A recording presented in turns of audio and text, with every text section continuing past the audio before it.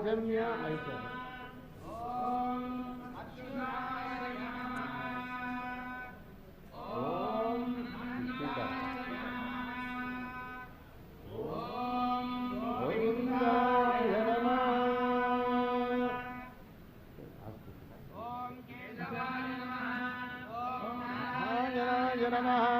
ओम माधवाय नमः ओम गोविंदाय नमः ओम विष्णवे नमः ओम मधुसूदनाय नमः ओम त्रिविक्रमाय नमः ओम वामनाय नमः ओम श्रीधराय नमः ओम ऋषिकेशाय नमः ओम पद्मनाभाय नमः ओम दामोदराय नमः प्राणानायम्य ओम भूः ओम भुवः ओम सुवः ओम महः ओम जरः ओम तपः ओम सत्यं सवितुर्वरेण्यं भर्गो देवस्य धीमहि धियो यो नः प्रचोदयात् ओम भोज्यो धीरसमृतं ब्रह्म भूर्भुवस्य वरो हृदया हाथ में मंगले मुहूर्ते अत्र पृथिव्यां जम्बूद्वीपे भरतवर्षे भरतखण्डे शकाब्दे मेरोर्दक्षिणदिग्भागे श्रीरङ्गस्य उत्तरदिक्प्रदेशे गङ्गाकावेर्योर्मध्यदेशे शोभनस्थले यागमण्डपे समस्तदेवता भगवद्भागवत आचार्यसन्निधौ अस्मिन् वर्तमानव्यावहारिकचान्द्रमानेन श्रीप्रभवादिषष्टि संवत्सराणां मध्ये श्रीप्लवनाम संवत्सरे उत्तरायणे शिशिर ऋतौ माघमासे शुक्लपक्षे पंचम्यां शुभतिथौ स्थिरवासरे शुभवासरे उत्तराभाद्रनक्षत्रयुक्तायां शुभयोग शुभकरणिष्ठायाम् अस्यां शुभतिथौ अस्य श्री भगवतो देवदेवोत्तमस्य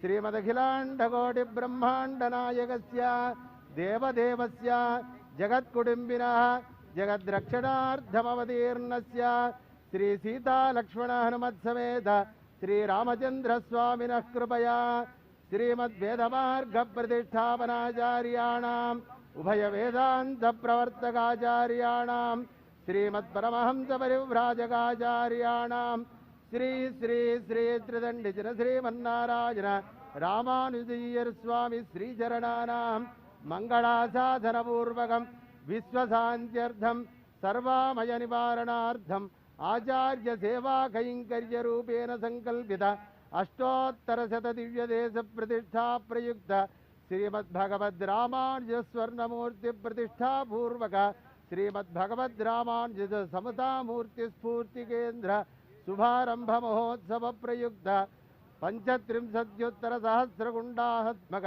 श्री लक्ष्मीनारायण यागकर्मणि अस्य यजमानो यजमानस्य काश्यपगोत्रोद्भवस्य अनुराधा नक्षत्रे वृश्चिकरासौ जातस्य नरेन्द्र दामोदरदास मोडी नामधेयस्य सहकुटुम्बस्य च क्षेमस्थैर्य धैर्य वीर्य विजयाभयायुरारोग्य ऐश्वर्य धनधान्यपुत्र भूत्राभिवृद्ध्यर्थं समस्त सन्मंगलावाप्त्यर्थं इष्टकाम्यार्थफलसिद्ध्यर्थं सर्वकार्येषु विजयप्राप्त्यर्थं सार्वभौमाधिकारसिद्ध्यर्थं संकल्पित एकान्निक एककुण्डात्मक श्री विश्वक्सेनेश्वराराधनकर्म संपूर्णता सिद्ध्यर्थं सकल देवता तृप्त्यर्थं पूर्णाहुति होमं करिष्ये।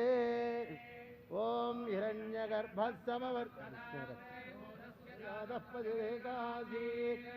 सदाधारपृथिवीं यावदेव तस्मै देवाय हविषा विधेम।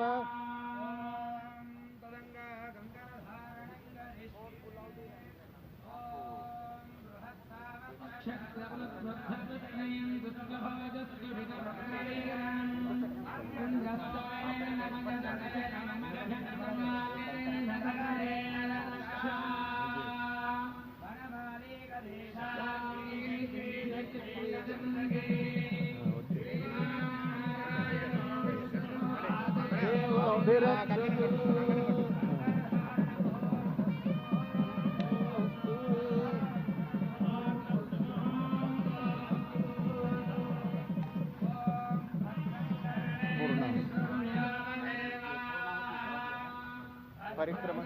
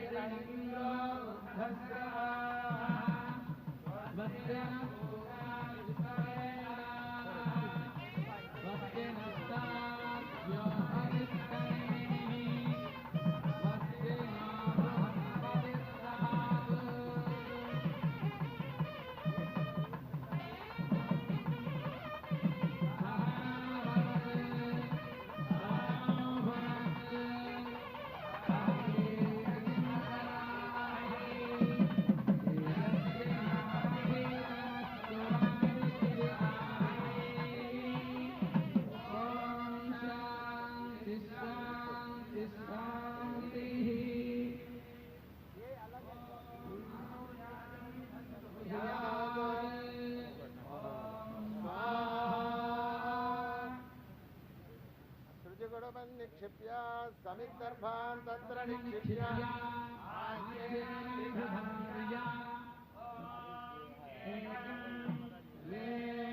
त्रीणि चत्वारि पञ्च षड् सप्त अष्टौ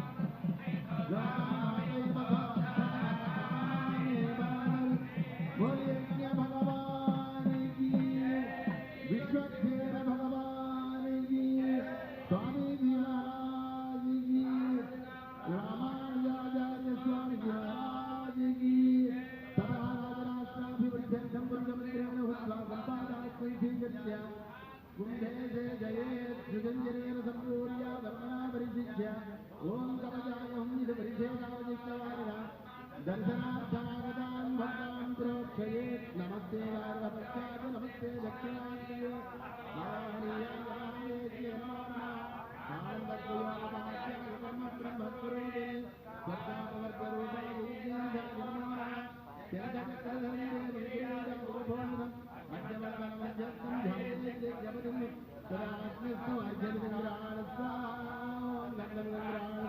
ओम पुष्पविन्द्राण स्वाम धूपविन्द्राण स्वाम दीपविन्द्राण स्वाम मधुरत्नविन्द्राण स्वाम भूर्भुवस्वस्व ओम त्वं देवानां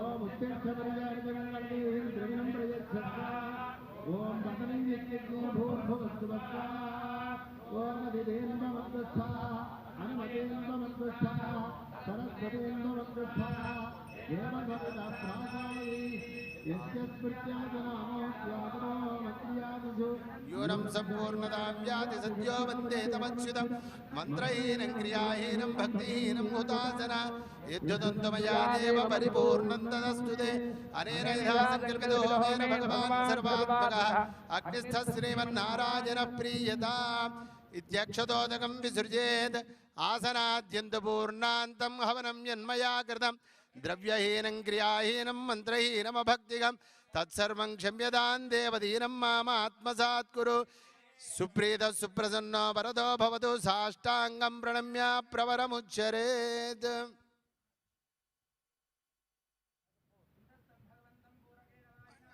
प्रावेश्य हृत्पद्मगतं ध्यात्वा हृस्तं भगवन्तं महाकुम्भे आवाहयेत् आवाहनादि षण्मुद्राः प्रदर्शयेत् परिस्तरणदेवानुद्वासयेत् संकर्षणाय नमः प्रद्युम्नाय नमः वृद्धाय नमः पुरुषोत्तमाय नमः उपयुक्तकुशान् सर्वानस्तेनादायास्तयुगेन उत्तराग्राणि बन्धयित्वा ओङ्कारं समुदीरयन् आज्यपात्रे मूलान् स्रवगर्ते मध्यान् सृजग्रान् यथाविधिक्रमेण त्रिस्पर्शयित्वा विश्वरूप्यां जुहुयात् ॐ स्वाहा परिधिदेवानुद्वासयेत् ॐ श्रीधराय नमः यग्रीवाय नमः नृसिंहाय नमः यथास्थानमुद्वासयामि दक्षिणोत्तरपरिधिं मध्यमपरिधिं प्रणवेन उपस्पृशन् ओङ्कारं समुदीरयन् परिधित्रयं जुहुयात् आघारसमिधौ च उद्वासयेत् प्रणीतां प्रादक्षिण्येनात्मनोऽग्रे विन्यस्य तत्रस्थं वासुदेवमुद्वास्य प्रोक्षणीजलमहदाय सेचयेत् प्रणीताजले ओं प्राच्यान्दिश वासुदेवो मार्जयतान् दक्षिणस्यान्दिश संकर्षणो मार्जयतान् प्रतीच्यान्दिश प्रद्युम्नो मार्जयतान् उदीच्यान्दिश निरुद्धो मार्जयतान् ऊर्ध्वायान्दिश गदाधरो महापुरुषो मार्जयतात् ब्रह्माणमुद्वासयेदोऽङ्गं ब्रह्मणे नमः यथास्थानमुद्वासय ओं याते अग्ने अग्नियातनोऽस्ते ह्यारो आत्मात्मानम् अच्छापसो निकुर्मन्नस्मै निर्यापुरोणि यज्ञो भूत्वा यज्ञमासीदस्वायोनिम् जातवेदो भुव आजायमानः सक्षय एहि क्षत्रवृद्धवृष्णीयं दुष्टभोजस्सुभितमुग्रवीरम् रस्तोमेन पञ्चदशेन मध्यमितं वातेन चकरेण रक्षा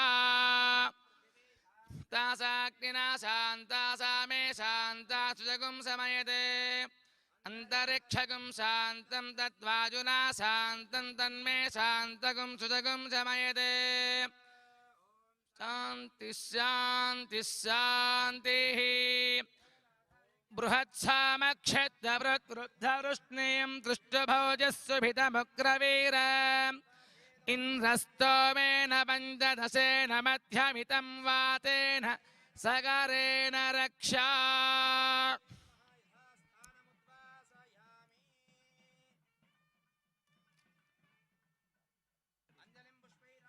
भगवन्तं प्रार्थयेत्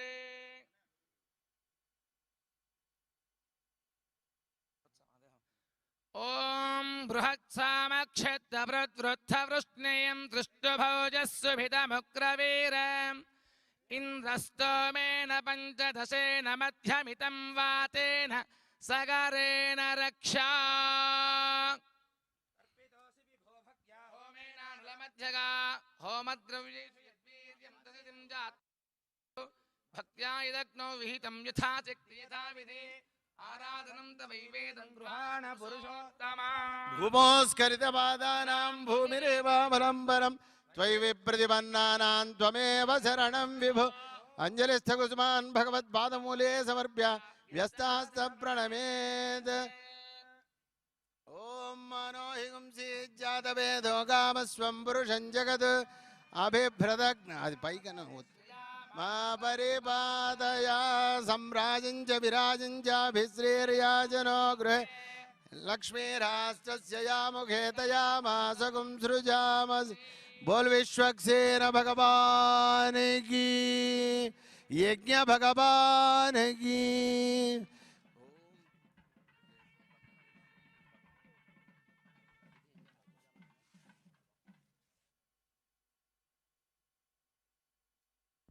ॐ यज्ञेन यज्ञमयजन्त देवास्तानि धर्माणि प्रथमान्यासन् ते हनाकं महिमानः सजन्ते यत्र पूर्वे साध्याः सन्ति देवाः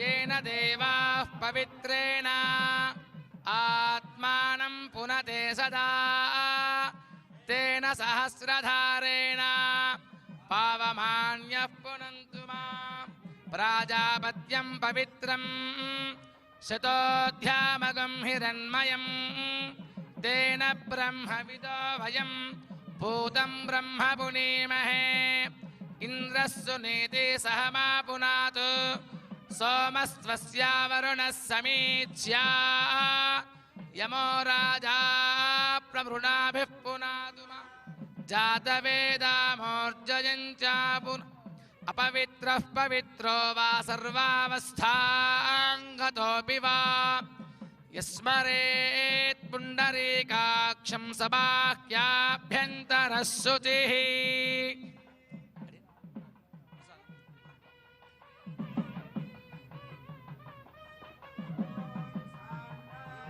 भोज्यं स्वाराज्यं वैराज्यं पारमेष्ठिकं राज्यं महाराज्यमाधिपत्यमयं यशस्कारं बलवन्तं प्रभुत्वन्तमेव राजाधिपतिर्बभूव सङ्गीर्णनागास्वपतिर्नराण सुमङ्गल्यं सततं दीर्घमायोः भवति शतायुः पुरुषस्य तेन्द्रिय आयुष्येवेन्द्रिये प्रतितिष्ठति श्रीर्वर्चस्वमायुष्यमारोग्यमाविधाच्छोभामानं महीयते धान्यं धनं पशुं बहुपुत्रलाभं शतसंवत्सरं दीर्घमायोः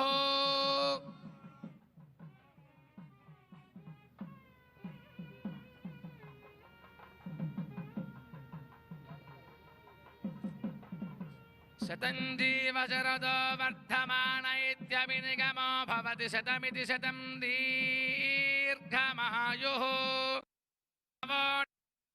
जायमानोऽह्नाङ्केतुरुषसामेत्यग्रे भागं देवेभ्यो विदधात्याजन् प्रचन्द्रमास्तिरति दीर्घमायुः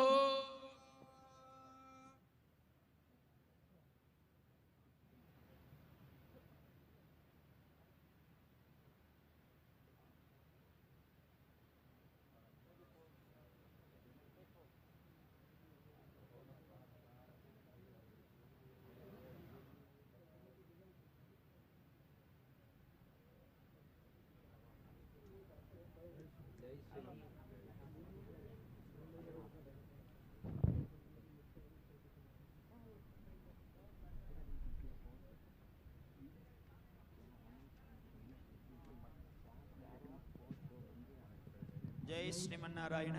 ఇష్టిశాలలో విశ్వక్సేనేష్టి పూర్ణాహుతి కార్యక్రమం పూర్తయింది. ఇప్పుడు మన లక్ష్మీనారాయణ సహస్రకుండాత్మక యాగ కార్యక్రమంలో మూడవ నాటి సాయంకాలపు హవన కార్యక్రమంలో నిత్య పూర్ణాహుతి కార్యక్రమాన్ని మనం సంకల్పం చేసుకోవడానికి ముందుగా పంచసూక్త హవన కార్యక్రమాన్ని ప్రారంభం చేస్తున్నాం. ఆయా ఆయా యాగశాలలో ఉండేటువంటి ఉపద్రష్టలు హోతలు అంతా కూడా గమనించి పంచసూక్త హవనము, పరివార హోమము, ప్రాయశ్చిత్త హోమాదుల్ని జరపవలసిందిగా ప్రార్థన చేస్తున్నాం. జై శ్రీమన్నారాయణ. ఓం భూస్వాహాగ్నగహితం ఓం భువస్వాహా వాయవేదం ఓం సువస్వాహా సూర్యాయేదం ఓం భూర్భువస్సువస్వాహా ప్రజాపతగహితం ఓం అదితేన్వమగ్గుస్థాః అనుమదేన్వమగ్గుస్థాః సరస్వతేన్వమగ్గుస్థాః దేవసవితా ప్రాసాదీః ప్రాణానాయమ్యా.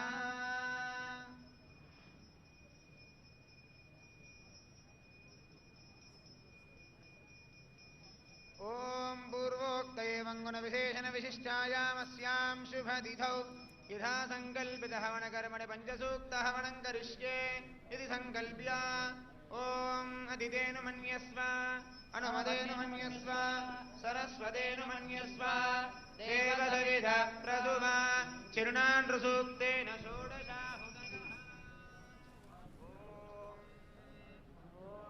सहस्रशीर्षा पुरुषः सहस्राक्षः सहस्रपात् स भूमिं विश्वतो भृत्वा अद्य तिष्ठद्दशाङ्कुलज्ञ स्वाहा पुरुष एवेदगं सर्वं यद्भूतं यच्च भव्यम् उदामृतत्वस्येषानः यदन्नेनाधिरोहति स्वाहा एतावानद्य महिमा अधोऽध्यायागश्च पूरुषः पादोऽस्य विश्वभूतानि त्रिपादस्यामृतन्ति विस्वाहा त्रिपादोऽर्धोदयेत्पुरुषः पादोऽस्येह भवात् पुनः ततो विश्वं व्यक्रामत् शासनानसने अभिस्वाहा।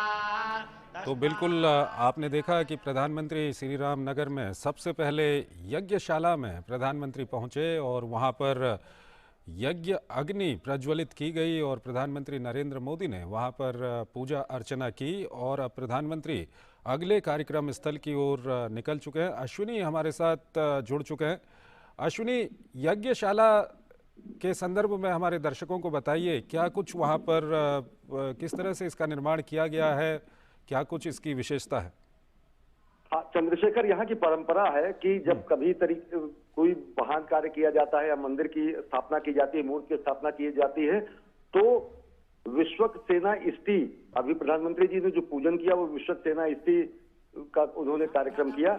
यहाँ पर 144 यज्ञशालाओं में 114 यज्ञ अनुष्ठान किए जा रहे हैं और 1035 होमकुंड बनाए गए हैं। 12 दिनों तक ये पूरा उत्सव चल रहा है। प्रधानमंत्री नरेंद्र मोदी जिस रूप में यहाँ पहुंचे हैं और अब प्रधानमंत्री नरेंद्र मोदी पहुंच चुके हैं जो मुख्य स्थल है जहाँ पर मूर्ति का अनावरण होना है, 216 फीट ऊंची रामानुजाचार्य जी की मूर्ति का। तो प्रधानमंत्री नरेंद्र मोदी इस समय पहुंच चुके हैं इस भव्य दिव्य धाम में, जहां पर रामानुजाचार्य के मूर्ति का लोकार्पण वो करेंगे। और मूर्ति ये अपने आप में विशिष्ट है और विशिष्टाद्वैतवाद के प्रवर्तक रामानुजाचार्य जी रहे, जिन्होंने शंकर के अद्वैत वेदांत से आगे विशिष्टाद्वैत की स्थापना की। और इस समय प्रधानमंत्री नरेंद्र मोदी पहुंच चुके हैं श्री रामनगर स्थित इस दिव्य धाम पर, जहां पर 216 फीट ऊंची प्रतिमा बनाई गई है और अब से कुछ ही क्षणों बाद इसका लोकार्पण होगा समूचे राष्ट्र के लिए, समूची मानवता के लिए। और इससे पहले प्रधानमंत्री ने यज्ञशाला में पहुंच के, जो हमारी परंपरा है और दक्षिण भारत के मंदिरों की जो परंपरा है कि विश्वक सेना इष्टि यानी वैकुंठ धाम के जो प्रहरी हैं उनकी आराधना के बाद ही कोई मंगल कार्य शुरू किया जाता है। इस समय प्रधानमंत्री नरेंद्र मोदी पहुंच चुके हैं समता की मूर्ति के स्थल पर, श्री रामनगर स्थित रामानुजाचार्य आश्रम से सटा हुआ ये मूर्ति, और यहाँ पर प्रधानमंत्री नरेंद्र मोदी का स्वागत कर रहे हैं। और साथ ही साथ जो इस संप्रदाय के रामानुजा आश्रम के चिन्ना जीयर स्वामी हैं, वो भी प्रधानमंत्री नरेंद्र मोदी के साथ हैं। इसके पहले यज्ञशाला में उन्होंने विश्वक सेना इष्टि अनुष्ठान का समापन भी कराया और यहाँ की परंपरा के अनुसार प्रधानमंत्री नरेंद्र मोदी का अभिवादन किया। वैदिक मंत्रोच्चार के बीच में उनको अभिवादन करने के बाद अब प्रधानमंत्री पहुंच चुके हैं मुख्य कार्यक्रम स्थल, जहां पर प्रधानमंत्री नरेंद्र मोदी का स्वागत अभिनंदन किया जा रहा है यहाँ उपस्थित लोगों के साथ। चिन्ना जीयर स्वामी इस मूर्ति के प्रणेता रहे हैं, संकल्पना उन्होंने साकार की। स्टैचू ऑफ इक्वलिटी इसे कहा जाता है, समता की मूर्ति इसे कही जाती है। समता की मूर्ति इसलिए कही जाती है कि जो सनातन संस्कृति का ममत्व और समत्व का सिद्धांत है उसकी अभिव्यक्ति यहाँ पर की गई है। रामानुजाचार्य एक ऐसे संत और समाज सुधारक रहे जिन्होंने इस पूरे उत्तर और दक्षिण के भेद को तो मिटाया ही, सनातन संस्कृति को भी शिखर पर पहुंचाया। प्रधानमंत्री नरेंद्र मोदी पहुंच चुके हैं स्टैचू ऑफ इक्वलिटी यानी समता की मूर्ति स्थल पर, श्री रामनगर स्थित हैदराबाद से तकरीबन 40 किलोमीटर दूर जीवा आश्रम के नजदीक। और ये परिसर तकरीबन 200 एकड़ में है और जो मुख्य मंदिर है यह 45 एकड़ क्षेत्र में बना हुआ है। प्रधानमंत्री नरेंद्र मोदी इस समय मंदिर की तरफ अग्रसर हैं और विशिष्ट बात यह है कि विशिष्टाद्वैतवाद के प्रवर्तक को समर्पित ये मंदिर और साथ ही साथ ये मूर्ति आध्यात्मिक चेतना का केंद्र बिंदु होगा। एक ऐसे सनातन संस्कृति के पुरोधा और महापुरुष के लिए जिन्होंने समाज के सभी वर्गों को, वर्ण, संप्रदाय, जाति, रूढ़ियां सभी को तोड़ते हुए भगवान और भक्त के बीच के सभी अवरोधों को हटाते हुए समानता के सिद्धांत का प्रतिपादन किया। आज से 1000 साल पहले श्री रामानुजाचार्य जी की अगर बात करें तो ऐसे दक्षिण भारत के संत और महान समाज सुधारक जिन्होंने शंकर के अद्वैत सिद्धांत से आगे बढ़कर विशिष्टाद्वैत सिद्धांत का प्रतिपादन किया। इस समय प्रधानमंत्री नरेंद्र मोदी इस समता की मूर्ति स्थल में बने हुए 108 दिव्य देशम का अवलोकन कर रहे हैं। ये 108 दिव्य देशम भगवान विष्णु के ऐसे स्थान हैं जो कि देश भर में अलग अलग स्थानों पर हैं और ये संकल्पना चिन्नाजीयर स्वामी की थी कि सभी विष्णु भगवान के जितने स्थान हैं उन स्थानों को एक जगह पर समेकित रूप में रखा जाए। ये मंदिर परिसर के बाहर जितने दृश्य आपको दिख रहे हैं ये वो सभी 108 दिव्य स्थान हैं जिनमें कि दक्षिण भारत के भी दिव्य स्थान हैं जहाँ पर भगवान विष्णु अलग अलग रूप में हैं। यहाँ पर शेषनाग रक्षा करते हुए भगवान विष्णु क्षीर सागर की सैया में लेटी हुई मुद्रा में है और इस मूर्ति को अलग अलग रूपों में दक्षिण भारत के अलग अलग स्थानों पर भगवान विष्णु के वैष्णव संप्रदाय के अलग अलग स्थानों पर इसकी स्थापना की गई है। तो इस समय चिन्नाजीयर स्वामी और प्रधानमंत्री नरेंद्र मोदी उन स्थानों का भ्रमण कर रहे हैं जो कि 108 दिव्य स्थान हैं। 108 दिव्य स्थान हैं और इन दिव्य स्थानों की अगर बात करें तो इन दिव्य स्थानों में बद्रीनाथ अगर दक्षिण का है तो इन्हीं दिव्य स्थानों में अयोध्या को भी समाहित किया गया है। यहाँ एक तरह से आप देख सकते हैं कि जो श्रीरंगम जो विष्णु मंदिर है, उरायूर का जो विष्णु मंदिर है, प्रधानमंत्री नरेंद्र मोदी उसका अवलोकन कर रहे हैं।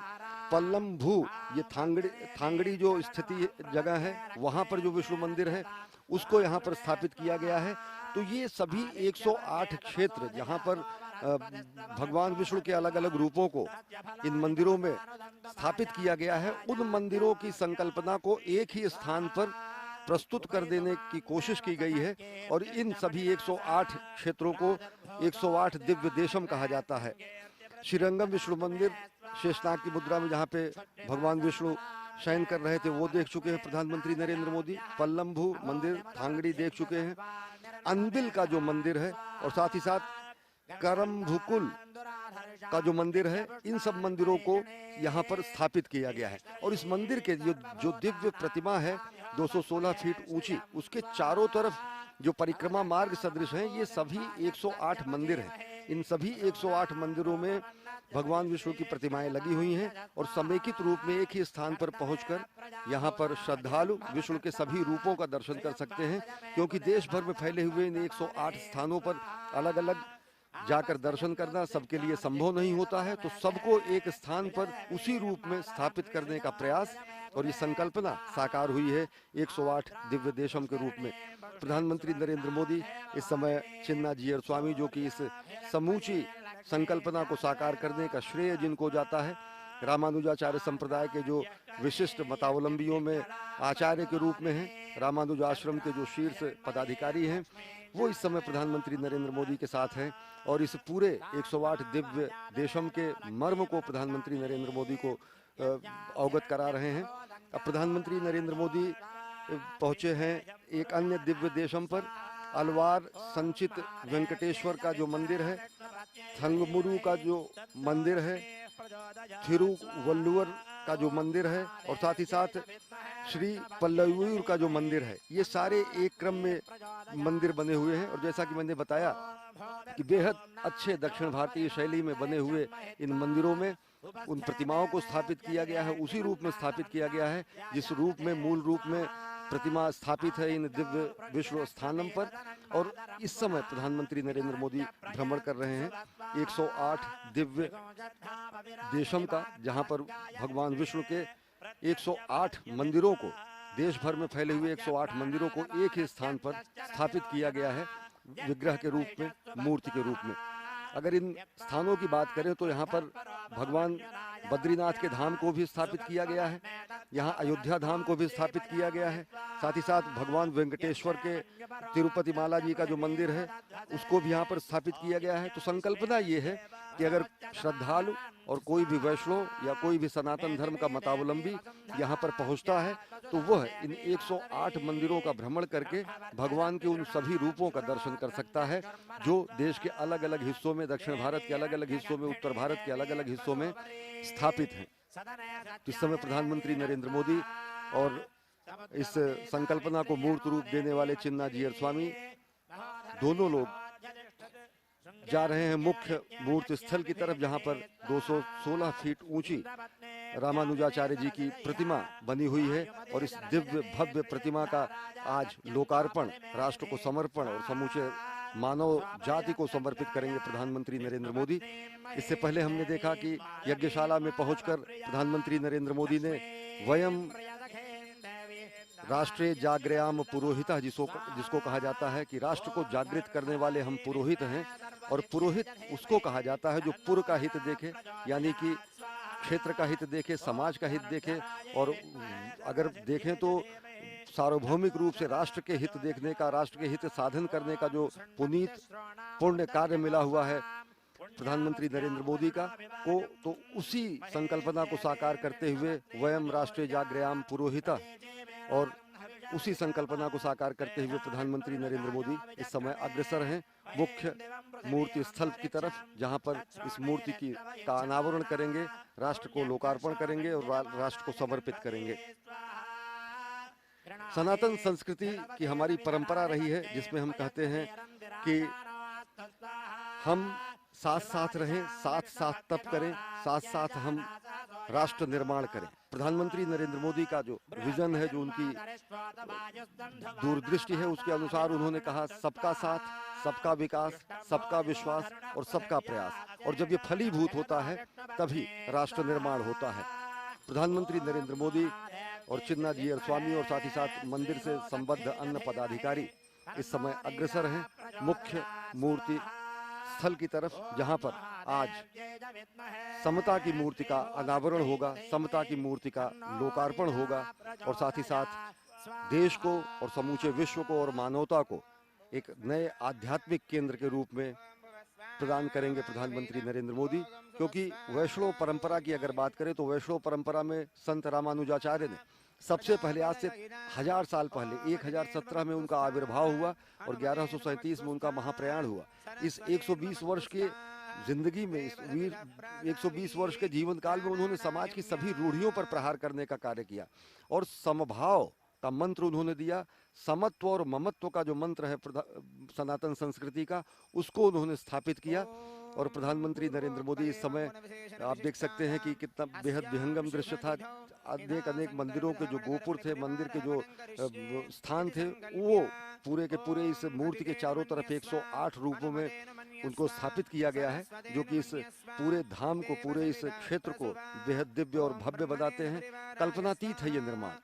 और इस समय प्रधानमंत्री नरेंद्र मोदी अग्रसर हैं मुख्य मूर्ति की तरफ, जहां पर वो पहुंचकर आराधना करेंगे और साथ ही साथ अनावरण करेंगे इस भगवान रामानुजाचार्य, जो कि वैष्णव धर्म के महान संत, समाज सुधारक और विशिष्टाद्वैत के जो प्रवर्तक रहे, उनके विराट व्यक्तित्व, विराट कृतित्व के मुताबिक विराट प्रतिमा का आज लोकार्पण होगा, जो कि समूची संस्कृति के लिए, सनातन धर्म के लिए बेहद उपहार और अविस्मरणीय क्षण है। आज के लिए देख सकते हैं कि विविध रंगों से सजाया गया है और इस पूरे परिसर को अगर आप देखें तो लाखों फूलों की प्रजातियों से इसे सुसज्जित किया गया है। और ये पूरा परिसर जो आप देख रहे हैं, ये पूरा कॉरिडोर चारों तरफ अगर देखें तो 108 मंदिर बने हुए हैं, 108 दिव्य देशम बने हुए हैं, और इनके मध्य में 216 फीट ऊंची रामानुजाचार्य जी की प्रतिमा है। वो प्रतिमा जो कि 54 फीट भद्रवेदी, 54 फीट ऊंची भद्रवेदी पर है। और इस प्रतिमा को भी अगर देखें तो ये बेहद नवीन जो टेक्नोलॉजी है, जो तकनीक है, अद्यतन तकनीक और हमारी आध्यात्मिक शक्ति दोनों का सम्मिश्रण है। और इस अद्यतन शक्ति और आध्यात्मिक शक्ति की जो बात प्रधानमंत्री करते हैं, जो प्रधानमंत्री जब कहते हैं कि हम चिर पुरातन और चिर नूतन, नव नूतन और चिर पुरातन, इन सभी चीज़ों को वैज्ञानिक दृष्टिकोण से और तार्किक दृष्टिकोण से उनकी स्थापना करते हुए एक समग्र समावेशी समाज का निर्माण करें। और वही उनके सिद्धांतों में भी दिखता है जब वो कहते हैं कि सबका साथ, सबका विकास, सबका विश्वास और सबका प्रयास। और यहाँ पर आज एक संकल्पना मूर्त रूप होती दिख रही है, तब जबकि यहाँ पर वैष्णव धर्म के महान संत, समाज सुधारक, विशिष्टाद्वैतवाद के प्रवर्तक रामानुजाचार्य के विराट मूर्ति का, विराट व्यक्तित्व एवं कृतित्व को कार्यांजलि देते हुए विराट मूर्ति का आज अनावरण करने के लिए प्रधानमंत्री नरेंद्र मोदी अग्रसर हैं।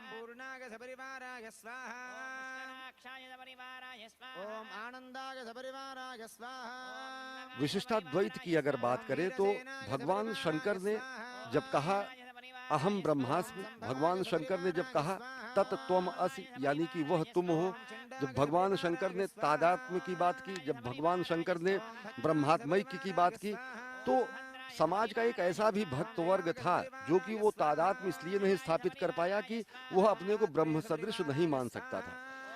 भगवान शंकर के सिद्धांत से आगे अद्वैत के ही सिद्धांत को विशिष्ट करते हुए, विशिष्ट रूप में मानते हुए विशिष्टाद्वैत का प्रवर्तन किया रामानुजाचार्य ने, जिसमें उन्होंने चित और अचित दोनों को सत माना, जिस दोनों की सत्ता को उन्होंने माना। ईश्वर जीव दोनों की सत्ता को मानते हुए, जगत की भी सत्ता को मानते हुए, जगत को मिथ्या नहीं कहते हैं रामानुजाचार्य अपने विशिष्टाद्वैत दर्शन में। और इन सब को सत्य मानते हुए भक्ति परायण होकर और शरणागति होकर भक्ति के मार्ग पर चलते हुए ईश्वर की प्राप्ति करना, और ईश्वर की प्राप्ति का जो उनका रूप है वो रूप है मोक्ष। और मोक्ष परमलोक गमन की जगह बंधन से मुक्ति, अज्ञान से मुक्ति। शंकराचार्य ने अज्ञान से मुक्ति को मोक्ष कहा, इन्होंने बंधन से मुक्ति को मोक्ष कहा। और बंधन से मुक्ति जो है, जो सांसारिक बंधन है, जो सांसारिक कर्म है, जो सांसारिक उपाय हैं, उनसे मुक्ति पाते हुए व्यक्ति को जब मोक्ष मिलता है तो मोक्ष के जो रूप होते हैं, सायुज्य, सामीप्य, सालोक्य, सारूप्य, ये अलग अलग रूप रहे। जबकि व्यक्ति जीव जो है वो अपने को परमात्मा जो परम अंश है, जो अविनाशी है, उसका अपने को अंश मानता हुआ जैसे जल समुद्र में जाकर विलीन हो जाती है और मिल जाती है, इस स्तर का मोक्ष क्या प्रतिपादन रामानुजाचार्य जी ने अपने विशिष्टाद्वैत मत के अंतर्गत किया। और अगर देखें तो हमारी संस्कृति भी ये कहती है, और ये दार्शनिक पक्ष रहा। सामाजिक पक्ष सबसे बड़ा जो रहा, उस सामाजिक पक्ष यह है कि रामानुजाचार्य ने अपने मत के जरिए दक्षिण भारत, उत्तर भारत में आज के 1000 साल पहले ऐसी सामाजिक कुरीतियां भी थी, तब समाज के अनेक वर्गों को मंदिर में प्रवेश का अधिकार नहीं दिया जाता था। उस अधिकार के लिए क्रांति दूत के रूप में रामानुजाचार्य जी प्रकट हुए। और उन्होंने एक कथा इनसे संदर्भित ये है कि जब गुरु ने इनको गुरु मंत्र दिया, नमो नारायण का महामंत्र दिया, अष्ट मंत्र उन्होंने दिया, अष्टाक्षरी मंत्र दिया, तो उन्होंने कहा कि आप इसको गुप्त रखें और इसको व्यक्त न करें, और यही आपके मोक्ष और बंधन मुक्ति का कारण होगा। प्रधानमंत्री नरेंद्र मोदी आज पहुंचे हैं इसी महापुरुष को श्रद्धांजलि देने के लिए, कार्यांजलि देने के लिए, श्रद्धा सुमन अर्पित करने के लिए। और साथ ही साथ यहाँ पर प्रधानमंत्री नरेंद्र मोदी आज उस प्रतिमा का अनावरण करेंगे जो कि 216 फीट ऊंची है और दिव्य धाम। स्वाहा ओम स्वाहा ओम स्वाहा ओम स्वाहा ओम स्वाहा ओम स्वाहा ओम स्वाहा ओम भूस्वाहा अग्निगेदम ओम भुवस्वाहा वायवेदम ओम सुवस्वाहा सूर्याहेदम ओम भूर्भुवस्वस्वाहा प्रजापतगेदम ओम अदितेन्वमग्गुस्थाः अनुमतेन्वमग्गुस्थाः सरस्वतेन्वमग्गुस्थाः प्रासावीः प्राणानायम्यः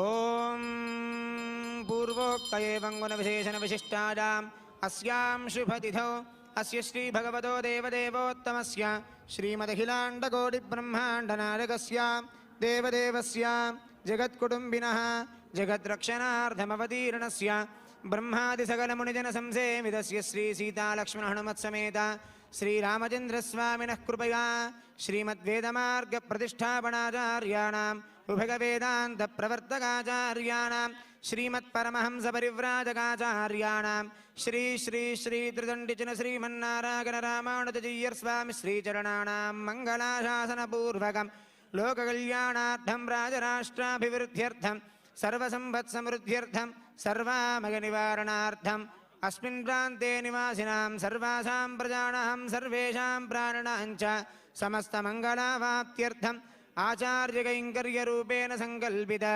अष्टोत्तरशतदिव्यदेशदत्तद्भगवन्मूर्तिगत श्रीभगवद्रामानुजसुवर्णमूर्तिप्रतिष्ठापूर्वक श्रीभगवद्रामानुजसमतामूर्तिस्फूर्तिकेन्द्रनामक समारोह शुभारम्भमहोत्सवप्रयुक्त द्वादशाह्निका द्वादशेष्टिसहित अष्टाक्षरी मन्त्रकोटिहवनपूर्वक पञ्चत्रिंशदुत्तरसहस्रकुण्डात्मक श्रीलक्ष्मीनारायण महायागकर्मणि यद्यत्र दिग्यदशसाजङ्काले साजमज्ञाराधना परिपूर्णता सिद्ध्यर्थं सकलदेवता तृप्त्यर्थं पूर्णाहुतिहोमं करिष्ये इति सङ्कल्प्य ॐ अदितेनुमन्यस्व अनुमतेनुमन्यस्व सरस्वतेनुमन्यस्व देवसविधः प्रसुवा पूर्णाहुतिद्रव्यमभ्यर्चयेत्।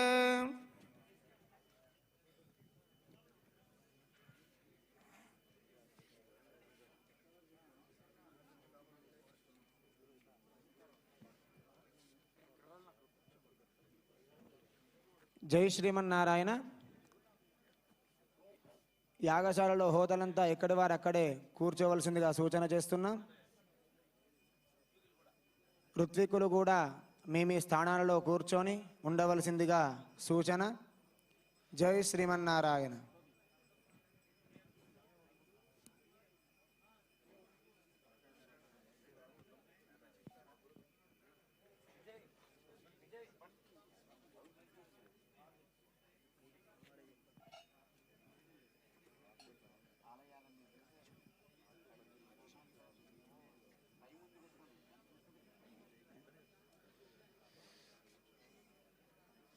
जय श्रीमन्नारायण. जय जय प्रतिमा के श्रीमन्नारायण. अनावरण के लिए पहुंचेंगे. 216 फीट ऊंची ये प्रतिमा है और 54 फीट ऊंचा भद्रवेदी है. और ये भद्रवेदी जो है, ये भद्रवेदी इसलिए वहां पर बनाई गई है कि जिससे इस भव्य आकार को और दिव्य दिया जा सके. आप देख सकते हैं प्रधानमंत्री नरेंद्र मोदी धीरे धीरे इस प्रतिमा के शीर्ष बिंदु तक पहुंचने वाले हैं. उस शीर्ष बिंदु पर पहुंचने के बाद वहां पर पूजा अर्चना करेंगे. पूजा अर्चना करने के साथ साथ वहां पर आराधना करेंगे प्रधानमंत्री नरेंद्र मोदी और इस मूर्ति को लोकार्पण करेंगे समूचे राष्ट्र के लिए, समूची मानवता के लिए. विशिष्टाद्वैत की अगर बात करें तो आचार्य शंकर के बाद उन्हीं के अद्वैत सिद्धांत को तार्किक रूप से और शोधित करते हुए विशिष्टाद्वैत का प्रवर्तन किया रामानुजाचार्य ने. और दक्षिण भारत और उत्तर भारत में तत्कालीन सामाजिक कुरीतियों का भी उन्मूलन उन्होंने किया. रामानुजाचार्य जी की ही शिष्य परंपरा में रामानंद रहे. रामानंद जी की ही शिष्य परंपरा में कबीर, रैदास और तुलसीदास जैसे महान विभूतियों का नाम है. और अगर देखें तो इन पूरे के पूरे भारतीय इतिहास में भक्ति आंदोलन की अगर जो बात करते हैं उसके प्रवर्तक के रूप में भी रामानुजाचार्य को देखा जा सकता है. और बेहद विहंगम दृश्य, सूर्य अस्ताचल की ओर, समूचा नभ इस समय इस अद्भुत विहंगम क्षण का साक्षी बनने के लिए समूचा क्षेत्र यहाँ पर हजारों की संख्या में लोग मौजूद हैं. और विश्व कल्याण की कामना करते हुए, वसुधैव कुटुंबकम की कामना को साकार करते हुए, संगच्छध्वम संवद्धध्वम सम वो मनांसी जानताम की संकल्पना को साकार करते हुए और अंततः राष्ट्र निर्माण में सबका साथ, सबका विकास, सबका विश्वास और सबका प्रयास के सिद्धांत को चरितार्थ करते हुए इस समय प्रधानमंत्री नरेंद्र मोदी धर्मपरायण स्वरूप में पहुंच रहे हैं। विशिष्टाद्वैतवाद के प्रवर्तक, संत, महापुरुष, महान समाज सुधारक रामानुजाचार्य की प्रधानमंत्री इस समय भद्रवेदी पर पहुंच चुके हैं और आप देख सकते हैं कि किस तरीके से 36 हाथियों को इस भद्रवेदी पर स्थापित किया गया है और इस स्वर्ण कमल जैसी सदृश पंखुड़ियों पर भगवान की ये पूरी मूर्ति है और भगवान रामानुजाचार्य यहाँ पर पद्मासन की मुद्रा में है और विशिष्ट मुद्रा उनकी जो है वो आराधना करती हुई मुद्रा है और अपने आप में ये मूर्ति और ये पूरा का पूरा प्रांगण, पूरा का पूरा परिसर विशिष्ट रूप में अलौकिक और आध्यात्मिक संचेतना से आपको भर देगा यहाँ पर आने पर। और भगवान रामानुजाचार्य की जो वहाँ पर प्रतिरूप है, इस मूर्ति के नीचे एक छोटा प्रतिरूप रखा गया है, उसकी आराधना कर रहे हैं और पुष्पांजलि अर्पित कर रहे हैं। कार्यांजलि के रूप में राष्ट्र निर्माण करते हैं प्रधानमंत्री नरेंद्र मोदी। धर्मपरायण रूप में, भारत भारतीयता के ध्वजवाहक के रूप में, सनातन संस्कृति के संवाहक के रूप में इस समय पुष्पांजलि अर्पित कर रहे हैं रामानुजाचार्य जी को, जो कि भारत में सामाजिक कुरीतियों को समाप्त करने वाले, समता के सिद्धांत को स्थापित करने वाले और साथ ही साथ सभी का एक समान ईश्वर और भक्त के बीच के सभी अवरोधों को समाप्त करने वाले क्रांतिदूत के रूप में रहे रामानुजाचार्य।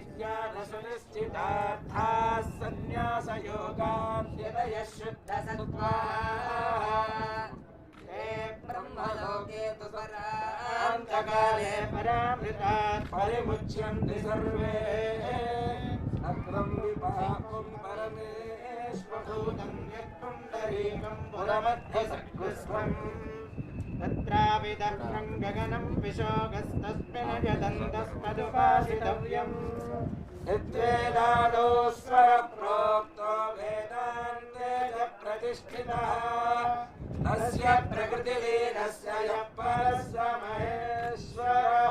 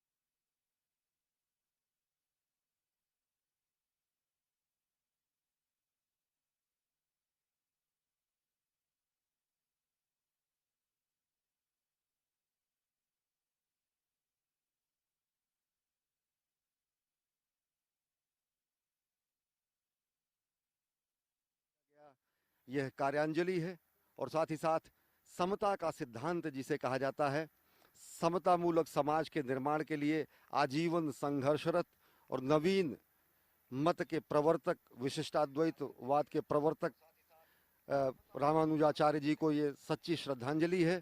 और साथ ही साथ आज जबकि समाज में अभी भी अनेक रूढ़ियां हैं और अनेक स्थितियां ऐसी हैं, तो उनके लिए उन रूढ़ियों या फिर सामाजिक कुरीतियों को मद्देनजर रामानुजाचार्य जी की शिक्षाएं, उनके उपदेश, उनके सिद्धांत जैसे 1000 वर्ष पहले प्रासंगिक और समीचीन थे, वैसे ही आज हैं।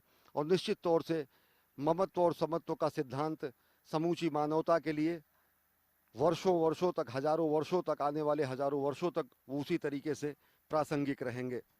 इस समय प्रधानमंत्री नरेंद्र मोदी पहुंचे हैं इस प्रतिमा का अनावरण करने के बाद, और यहाँ पर एक 3D लेजर शो का आयोजन किया गया है। उसे प्रधानमंत्री उसका अवलोकन करेंगे। रामानुजाचार्य जी के जीवन से जुड़े हुए अनेक रूपों को यहाँ पर प्रदर्शित किया गया है और अब उद्बोधन है चिन्नाजीयर स्वामी का।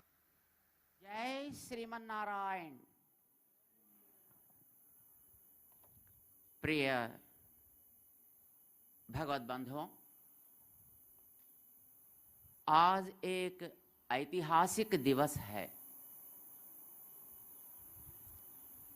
अपने विश्व को समता का संदेश 1000 साल पहले जो महानुभाव रामानुजाचार्य स्वामी जी महाराज दिए थे, उनकी श्री मूर्ति, जिसको समता मूर्ति कहते हैं,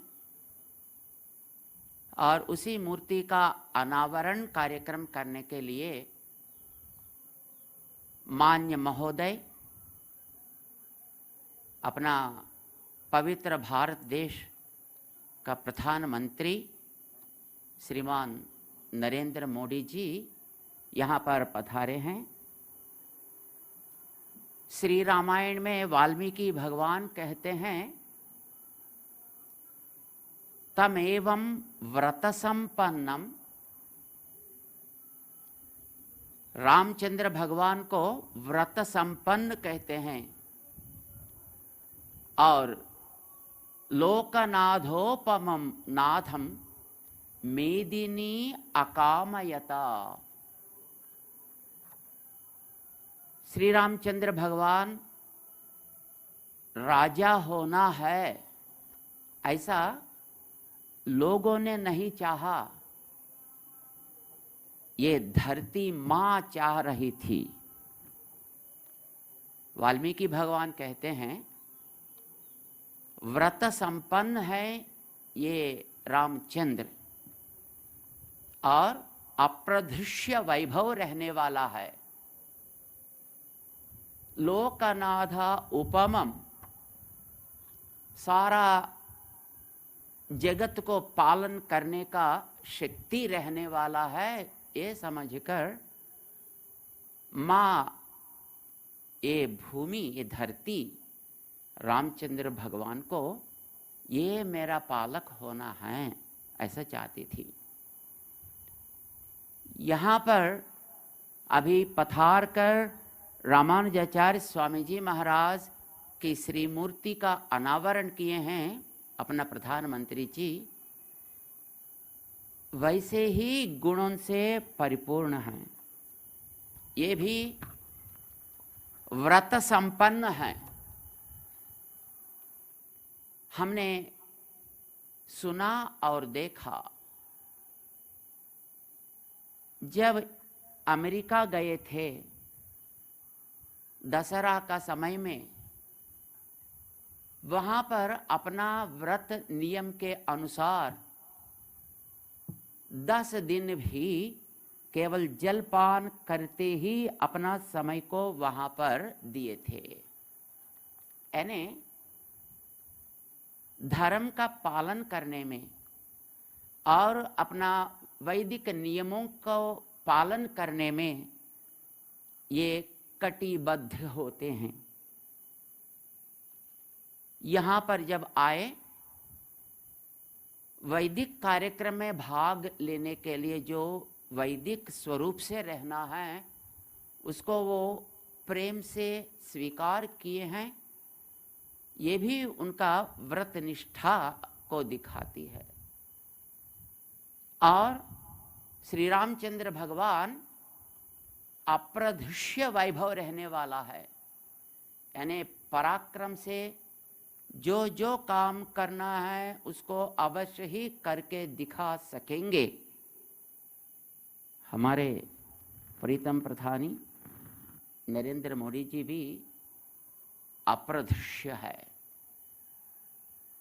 पराक्रम से देश को अपनी दुनिया में सबसे आगे और सबसे ऊंचाई में रखने के लिए कटिबद्ध होकर अपनी सेना को महत्व और सार्वभौमत्व दिए हैं।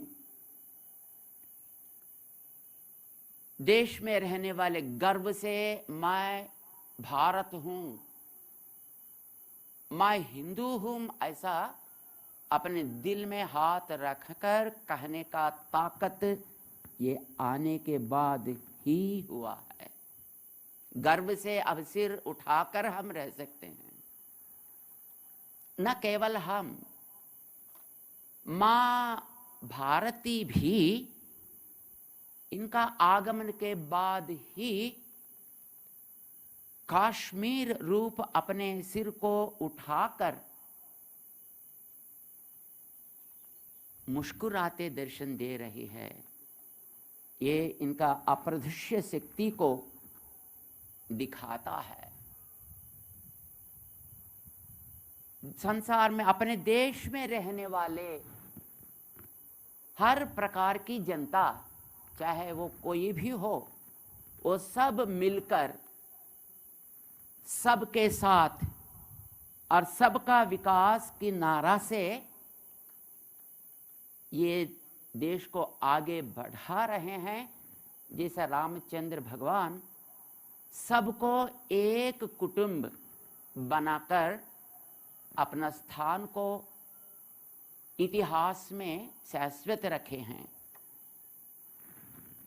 श्रीमान माननीय मोदी जी भी वैसे ही गुणों से पूर्ण रहते हुए अपना भारत का महत्व को दुनिया में सिर झुकाकर, सिर उठाकर रहने के लिए जो भी करना है वो सब करके दिखा रहे हैं। और उनके अलावा कौन इसी समता मूर्ति को अनावरण करने के लिए अधिकारी बनते हैं? वे प्यार से यहाँ तक प्रयास करके आकर आज भगवद रामानंद स्वामी जी की समता मूर्ति का अनावरण किए हैं। उसके लिए हम बहुत बहुत आभारी हैं। श्री रामानंद स्वामी जी महाराज का एक स्टैम्प वो लोकार्पण करने के समय में श्रीमान मोदी जी 40 मिनट तक रामानुजाचार्य स्वामी जी महाराज की समता स्फूर्ति के बारे में अत्यंत महत्वपूर्ण विषय को वो बताए थे। और ऐसा महान विभूति के अलावा श्री रामानुजाचार्य स्वामी जी महाराज की इसी समता मूर्ति का अनावरण करने के लिए अधिकारी कौन बनते हैं?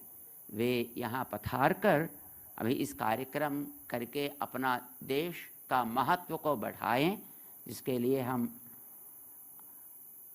उनके स्वागत समर्पण करते हुए इस सु अवसर पर यहाँ पर पधारे सो हमारे केंद्र मंत्री श्रीमान किशन रेड्डी जी को आह्वान करेंगे। इस सु अवसर पर 2 शब्द आप इस स्वागत समर्पण के रूप में अर्पण करें। श्रीमान किशन रेड्डी जी।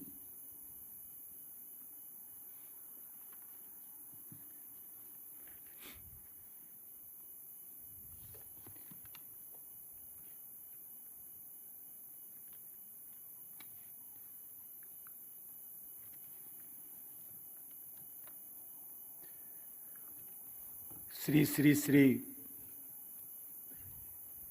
త్రిదండి చిన్నశ్రీయర్ స్వామీజీ పాదపద్మాలకు నమస్కరిస్తూ ఈ యొక్క పూజా కార్యక్రమంలో రామానుజ స్వామి యొక్క విగ్రహ ఆవిష్కరణకు వచ్చినటువంటి గౌరవనీయులు భారత ప్రధానమంత్రి శ్రీ మాననీయ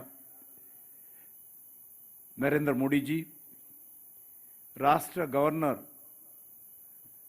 శ్రీమతి తమిళసాయి గారు, పెద్దలు రాజేశ్వరరావు గారు ఎంతెంత అద్భుతంగా ఈ కార్యక్రమ నిర్వహణలో పాల్గొంటున్నటువంటి గౌరవ పెద్దలు, అతిథులు, స్వాములు, పూజారులు, మిగతా కార్యకర్తలు అందరికీ హృదయపూర్వకంగా నమస్కారాలు తెలియజేస్తా ఉన్నాను. సర్వమానవ సౌభ్రాతృత్వానికి భారతీయ సంస్కృతిలో అనాదిగా వస్తున్నటువంటి మరి ఈ యొక్క ప్రధాన లక్షణము. ఈ మధ్య మరి కొంతమంది అనేక రకాలుగా ఈ యొక్క సమాజాన్ని విభజించేటువంటి ప్రయత్నం చేస్తున్నటువంటి నేపథ్యంలో కూడా మనం చూస్తున్నాం. సుమారు 1000 సంవత్సరాల క్రితం జన్మించినటువంటి శ్రీ శ్రీ రామానుజ స్వామి గారు ఆ రోజే మనకు సందేశం ఇవ్వడం జరిగింది.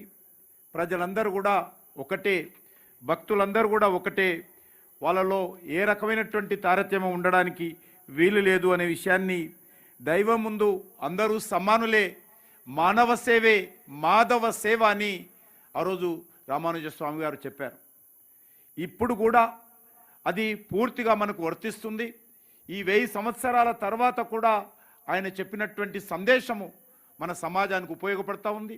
మనకందరికీ తెలుసు, ఈరోజు ఆయన స్ఫూర్తితో, రామానుజ స్వామి స్ఫూర్తితో మనమందరం ముందుకెళ్లాల్సిన అవసరం ఉంది. ఈరోజు శ్రీ శ్రీ శ్రీ చిన్నజీయర్ స్వామి గారు గత 7-8 సంవత్సరాలుగా ఒక యజ్ఞంలాగా, ఒక తపస్సులాగా అహోరాత్రులు శ్రమించి అనేక మంది భక్తులను ఏకం చేసి ఈ యొక్క గొప్ప కళాఖండాన్ని, ఒక పవిత్ర స్థానాన్ని, ఈరోజు ఒక ఆధ్యాత్మిక కేంద్రాన్ని ఈరోజు మన ప్రపంచానికి అందించారు, హిందూ సమాజానికి అందించారు. ఈరోజు ప్రపంచంలో ఉన్నటువంటి హిందువులందరూ కూడా ఎంతో సంతోషపడతా ఉన్నారు ఈ యొక్క దివ్యక్షేత్రాన్ని చూసి, ఈ పవిత్ర స్థానాన్ని చూసి, ఈ ఆధ్యాత్మిక కేంద్రాన్ని చూసి. మనకందరికీ తెలుసు, ఒక చిన్న దేవాలయం నిర్మించాలంటే ఎంత కష్టమవుతుందో. కానీ స్వామీజీ గారు వెంకటేశ్వర స్వామి ఆశీస్సులతో, రామానుజ స్వామి గారి ఆశీస్సులతో, పెద్దలు రామేశ్వరరావు గారి సహకారంతో, మిగతా వాళ్ళ కమిటీ మెంబర్ల సహకారంతో అద్భుతంగా ఎంతో శ్రమించి ఈ కళాఖండాన్ని, ఈ యొక్క దివ్యక్షేత్రాన్ని, ఈ పవిత్ర స్థానాన్ని నిర్మించారు. అటువంటి ఈ కేంద్రాన్ని ప్రారంభించడం కోసం ఇంతకుముందు స్వామీజీ చెప్పారు, నరేంద్ర మోడీ గారు తప్ప ఇంకెవరు అవుతారు అర్హులు అని. వాస్తవమే, నరేంద్ర మోడీ గారు చిన్నప్పటి నుంచి కూడా సమాజంలో మార్పు కోసం ప్రయత్నం చేస్తారు. నరేంద్ర మోడీ గారు తన జీవితంలో అనేక రకాల కష్ట సుఖాలను ఎదుర్కొన్నారు. అనేక రకాల ఈ దేశంలో ఉన్నటువంటి సమాజంలో మార్పు రావాలని కోరుకున్నారు. మీకు తెలుసు, ఇటీవల అలహాబాద్లో మరి మనకందరికీ తెలుసు, గొప్ప కుంభమేళా జరిగింది. ఆ కుంభమేళాలో లక్షలాది మంది ప్రజలు, ప్రపంచవ్యాప్తంగా ఉన్నటువంటి హిందువులు, సాధులు, సంతులు అనేక మంది పాల్గొన్నారు. ఆ రోజు నరేంద్ర మోడీ గారు ఆ కార్యక్రమం చివరన వెళ్ళి ముందు దేవుణ్ణి పూజిస్తూ, గంగమ్మను పూజిస్తూ, తర్వాత వారు పూజించారు. అక్కడ పారిశుద్ధ కార్మికులకు పాదపూజ చేశారు. ఆ రకంగా నరేంద్ర మోడీ గారు ఈ దేశంలో ఉన్నటువంటి అన్ని వర్గాల ప్రజలు సమానంగా ఉండాలి, అన్ని వర్గాల ప్రజలు సంతోషంగా ఉండాలని ఈరోజు రామానుజ స్వామి యొక్క అడుగుజాడల్లో, వారి స్ఫూర్తితో, వారి స్పిరిట్తో, వారు చూపించినటువంటి బాటలో ఈ దేశాన్ని పరిపాలిస్తున్నారు నరేంద్ర మోడీ గారు. అంతేకాదు, ఇటీవల కాశీలో మనమందరం చూసాం, ఒక అద్భుతమైనటువంటి దేవాలయాన్ని, మరి అక్కడ దివ్య కాశీ, భవ్య కాశీ అన్నటువంటి ఒక అద్భుతమైనటువంటి దేవాలయాన్ని నిర్మాణం చేయడం జరిగింది. అక్కడ కూడా చాలా తక్కువ సమయంలో ఆ దేవాలయం నిర్మాణం చేసినటువంటి కార్మికులందరినీ కలిసి, వాళ్ళతో కలిసి భోజనం చేశారు నరేంద్ర మోడీ గారు. అంటే ఈరోజు మనం అర్థం చేసుకోవాల్సింది, రామానుజ స్వామి గారు ఏదైతే చెప్పారో ఆ రోజు, ఈరోజు మనమందరం కూడా దాన్ని పాటించాల్సిన అవసరం ఉంది. అదే స్ఫూర్తితో నరేంద్ర మోడీ గారు గత 7 సంవత్సరాలుగా పరిపాలన చేస్తూ ఉన్నారు. పేద ప్రజలందరికీ ఈరోజు టాయిలెట్ నిర్మాణం చేయాలి, పేద ప్రజలందరికీ బ్యాంక్ అకౌంట్స్ ఇవ్వాలి, పేద ప్రజలందరూ కూడా ఇటీవల కరోనా వచ్చినప్పుడు 2,60,000 కోట్ల రూపాయలతో పేద ప్రజలందరికీ అన్నం పెట్టారు కేంద్ర ప్రభుత్వం తరఫున. అది ఈరోజు మనకు ఇవన్నీ నిర్వహిస్తూ ఉన్నారంటే రామానుజ స్వామి చూపించినటువంటి బాట, వారు ఇచ్చినటువంటి సందేశము మనం ఈరోజు అమలు చేస్తూ ఉన్నాము. అదేవిధంగా ఈరోజు మరి చిన్నజీయర్ స్వామి గారు అనేకమైనటువంటి ఎడ్యుకేషన్ ఇన్స్టిట్యూషన్స్, విద్యా సంస్థలు, ప్రార్థనా మందిరాలు, దేవాలయాలు గ్రామీణ ప్రాంతాలలో, గిరిజన ప్రాంతాలలో, షెడ్యూల్ క్యాస్ట్ బస్తీలలో, బడుగు బలైన వర్గాల బస్తీలలోకి వెళ్ళి అందరినీ సమానత్వం కోసం, అందరినీ ఐక్యం చేయడం కోసం కృషి చేసినటువంటి గొప్ప మహానుభావుడు. నిజంగా మనకందరికీ ఈరోజు చిన్నజీయర్ స్వామి గారు మనకందరికీ ఇంత భవ్య మందిర నిర్మాణంలో కీలక పాత్ర పోషించి వారి యొక్క మరి ఆలోచన విధానంతో ఈ క్షేత్రాన్ని మనకు అందించడము నిజంగా మనందరము సంతోషపడాల్సిన అవసరము. నేను ప్రత్యేకంగా మనకు తెలుసు స్టాచ్యూ ఆఫ్ మరి యూనిటీ నరేంద్ర మోడీ గారు అహ్మదాబాద్లో సర్దార్ వల్లభాయ్ పటేల్ విగ్రహాన్ని ప్రారంభించారు. ఈరోజు స్టాచ్యూ ఆఫ్ ఈక్వాలిటీ మరి ఇక్కడ మన చిన్నజీయర్ స్వామి గారు ప్రతిష్ఠించారు. మన హైదరాబాద్కు సర్దార్ పటేల్ ఎంత ముఖ్యమో మనకు తెలుసు. మన స్వాతంత్రం రావడం కోసం 3 రంగుల జెండా ఎగరడం కోసం సర్దార్ పటేల్ ఆ రోజు 1 సంవత్సరం ఆలస్యంగా మన స్వాతంత్రం తీసుకురావడంలో మనకు సర్దార్ పటేల్ సహకరించారు. ఈరోజు ప్రజలందరూ కూడా సమానంగా ఉండాలి, దేవుడి ముందు అందరూ సమానులే అనేటువంటి భావనతో ఈరోజు ఈ యొక్క రామానుజ స్వామి యొక్క విగ్రహాన్ని స్టాచ్యూ ఆఫ్ ఈక్వాలిటీ పేరుతో ఈరోజు చిన్నజీయర్ స్వామి గారి యొక్క ఆశీస్సులతో నరేంద్ర మోడీ గారు పూజా కార్యక్రమంతో ఈరోజు మనం ఆవిష్కరించుకోవడం జరిగింది. కాబట్టి ఈ హైదరాబాద్ నగరం రానున్న రోజుల్లో ప్రపంచ చిత్రపటంలో మరి ప్రపంచం సంబంధించినటువంటి పర్యాటక రంగంలో ఒక కేంద్రంగా ఇది నిలవబోతా ఉంది. మరి ఈ సందర్భంగా నేను మరొకసారి స్వామీజీ పాదపద్మాలకు నమస్కరిస్తూ దీన్ని సహకరించినటువంటి ప్రతి ఒక్కరికి నా తరఫున, ప్రభుత్వం తరఫున, కేంద్ర ప్రభుత్వం తరఫున అందరికీ హృదయపూర్వకమైనటువంటి ధన్యవాదాలు, కృతజ్ఞతలు తెలియజేసుకుంటూ దేశ ప్రజలు, హిందువులు తప్పకుండా ఈ యొక్క పుణ్యక్షేత్రాన్ని, ప్రపంచంలో ఉన్నటువంటి హిందువులందరూ కూడా ఈ పుణ్యక్షేత్రాన్ని దర్శించుకుంటారు, ఈ యొక్క రామానుజ స్వామి యొక్క ఆశీస్సులు పొందుతారు. జీవితంలో ప్రతి ఒక్కరు కూడా ఏ రకంగానైతే కాశీ వెళ్ళాలో, ఏ రకంగానైతే వెంకటేశ్వర స్వామి దర్శనం చేసుకోవాలో అదేవిధంగా రానున్న రోజుల్లో ఈ దివ్యక్షేత్రాన్ని, ఈ ఆధ్యాత్మిక కేంద్రాన్ని కూడా తప్పకుండా దర్శించుకుంటారు. ఆ దిశలో కేంద్ర ప్రభుత్వం తరఫున అన్ని రకాలుగా దేశంలో, ప్రపంచంలో ఉన్నటువంటి హిందువులు రావడం కోసం అన్ని రకాలుగా మేము ప్రయత్నం చేస్తాము. స్వామివారి ఆశీస్సులతో ముందుకు తీసుకెళ్తామని కోరుకుంటూ మరొకసారి ఈ అవకాశాన్ని కల్పించినటువంటి స్వామివారికి, మిగతా పెద్దలందరికీ హృదయపూర్వకమైనటువంటి కృతజ్ఞతలు తెలియజేసుకుంటూ సెలవు తీసుకుంటున్నాను. జై శ్రీమన్నారాయణ.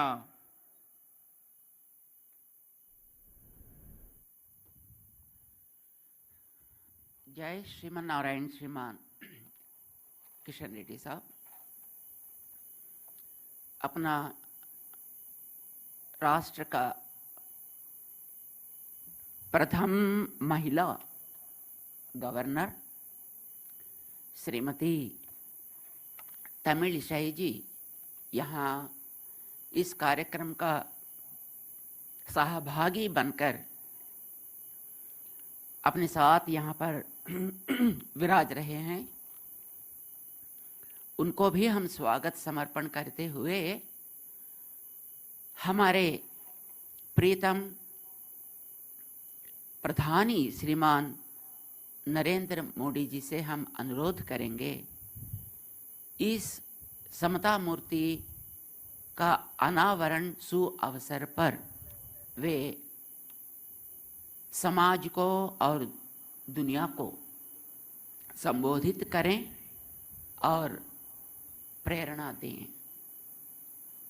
प्रीतम श्रीमान नरेंद्र मोदी जी।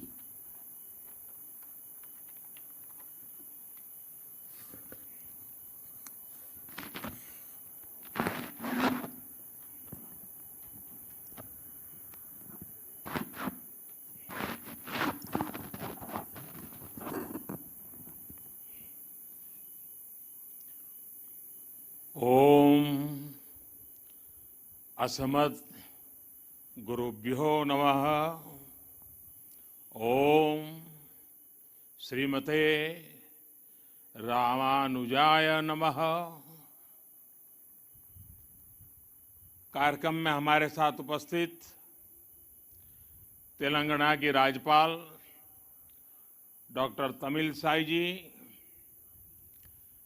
पूज्य श्री जीयर स्वामी जी, केंद्रीय मंत्रिमंडल के मेरे सहयोगी श्री जी कृष्ण रेड्डी जी, श्रीमान डॉक्टर रामेश्वर राव जी, भागवत विभूतियों से संपन्न सभी पूज्य संतगण, देवी और सज्जनों, आज मां सरस्वती की आराधना के पावन पर्व वसंत पंचमी का शुभ अवसर है। मां शारदा की विशेष कृपा अवतार श्री रामानुजाचार्य जी की प्रतिमा इस अवसर पर स्थापित हो रही है। मैं आप सभी को वसंत पंचमी की भी शुभकामनाएं देता हूं। मैं मां सरस्वती से ये प्रार्थना करता हूं कि जगतगुरु रामानुजाचार्य जी का ज्ञान विश्व का पथ प्रदर्शन करे। साथियों, हमारे यहां कहा गया है, ध्यान मूलम गुरु मूर्ति, ध्यान मूलम गुरु मूर्ति, अर्थात हमारे गुरु की मूर्ति ही हमारे ध्यान का केंद्र है, क्योंकि गुरु के माध्यम से ही हमारे लिए ज्ञान प्रकट होता है। जो अबोध है हमें उसका बोध होता है। अप्रकट को प्रकट करने की ये प्रेरणा, सूक्ष्म को भी साकार करने का ये संकल्प, यही भारत की परंपरा रही है। हमने हमेशा उन मूल्यों और विचारों को आकार दिया है जो युगों युगों तक मानवता को दिशा दिखा सके। आज एक बार फिर जगत गुरु श्री रामानुजाचार्य जी की इस भव्य विशाल मूर्ति के जरिए भारत मानवीय ऊर्जा और प्रेरणाओं को मूर्त रूप दे रहा है। रामानुजाचार्य जी की ये प्रतिमा उनके ज्ञान, वैराग्य और आदर्शों की प्रतीक है। मुझे विश्वास है ये प्रतिमा न केवल आने वाली पीढ़ियों को प्रेरणा देगी, बल्कि भारत की प्राचीन पहचान को भी मजबूत करेगी। मैं आप सभी को, सभी देशवासियों को और पूरे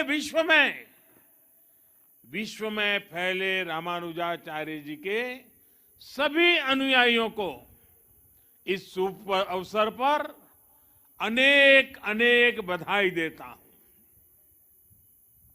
साथियों, अभी मैं 108 दिव्य देशम मंदिरों के दर्शन करके आ रहा हूं।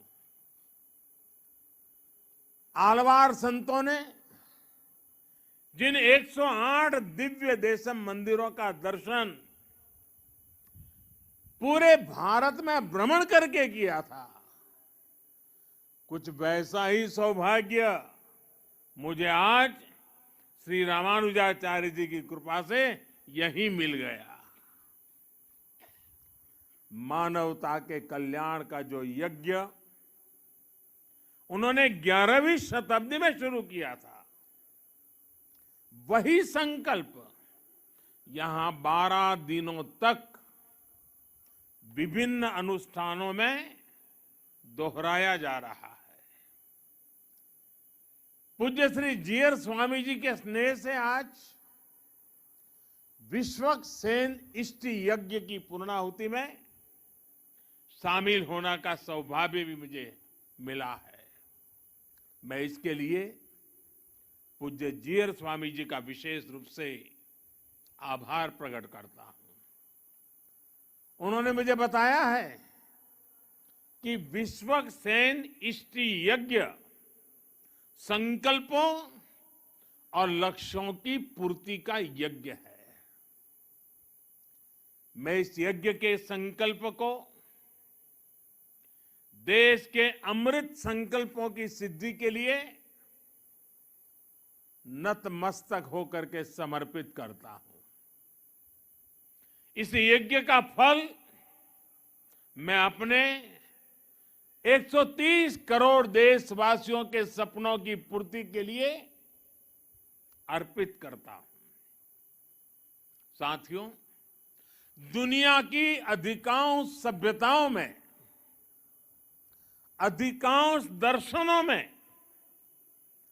किसी विचार को या तो स्वीकार किया गया है या फिर उसका खंडन किया गया है।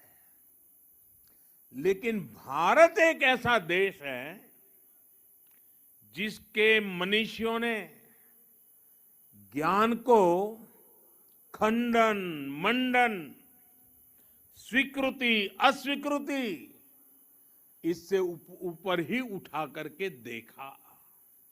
स्वयं उससे ऊपर उठे, दिव्य दृष्टि से उस विवाद को देखा।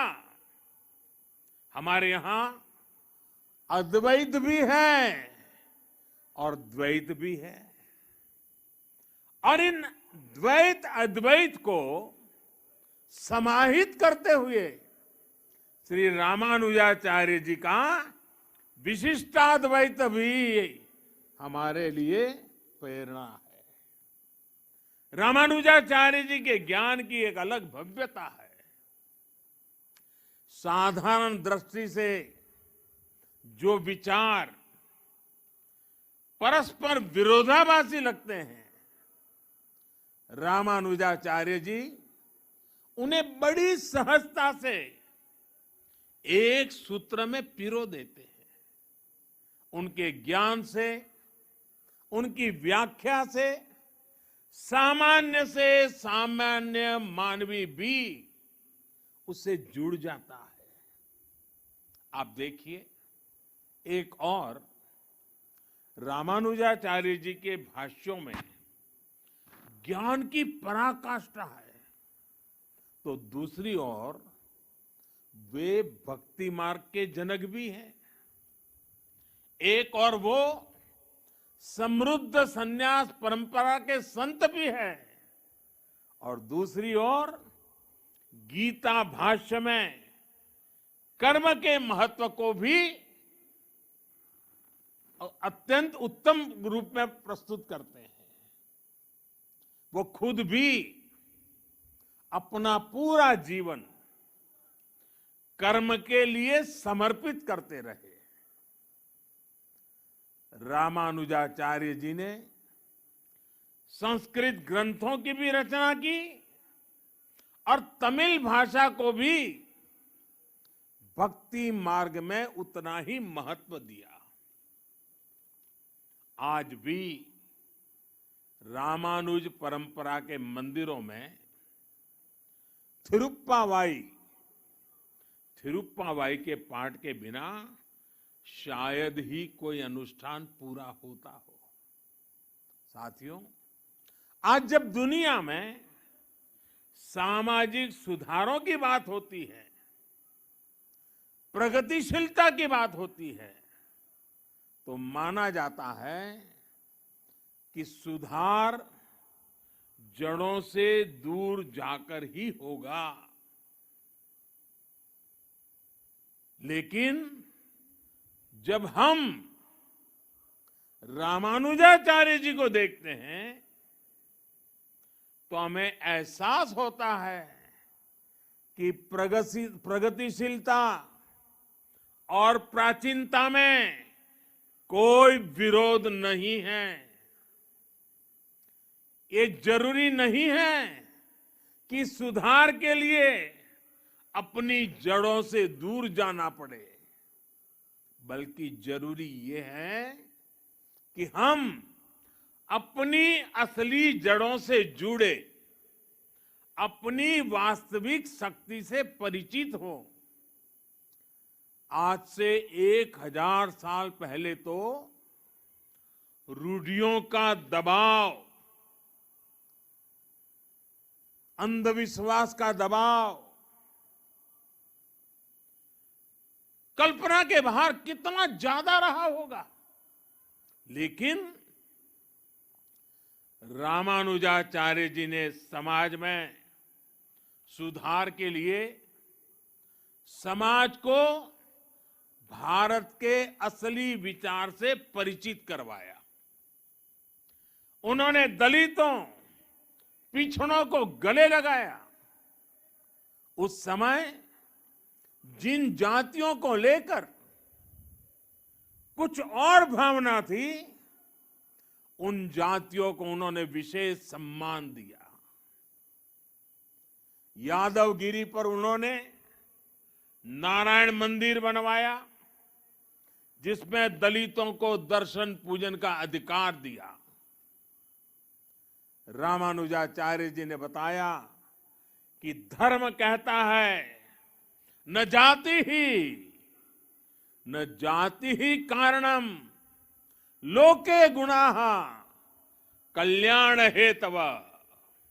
अर्थात संसार में जाति से नहीं, गुणों से कल्याण होता है। रामानुजाचार्य जी के गुरु श्री महापूर्ण जी ने एक बार दूसरी जाति के अपने एक मित्र का अंतिम संस्कार किया था। उस समय रामानुजाचार्य जी ने लोगों को भगवान श्री राम की याद दिलाई थी।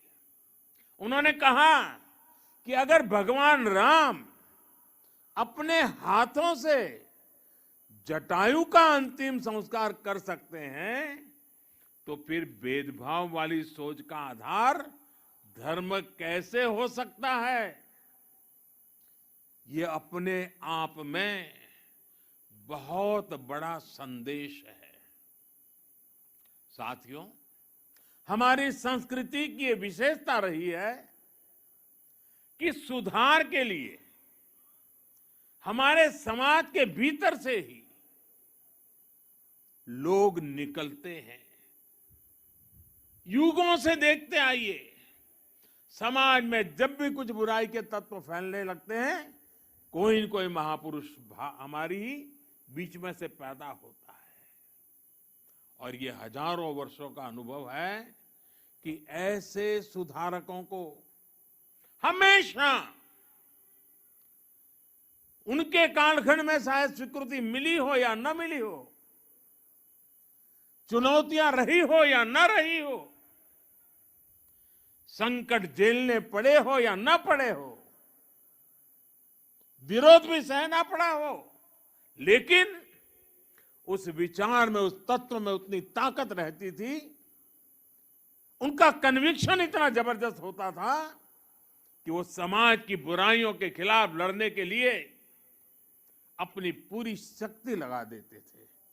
लेकिन जब समाज इसे समझ पाता है तो जिसका कभी विरोध होता है उसको स्वीकृति भी उतनी तेजी से मिलती है, सम्मान और आदर भी उतना ही मिलता है। ये इस बात का सबूत है कि बुराइयों के पक्ष में कुरीतियों के पक्ष में, अंधविश्वास के पक्ष में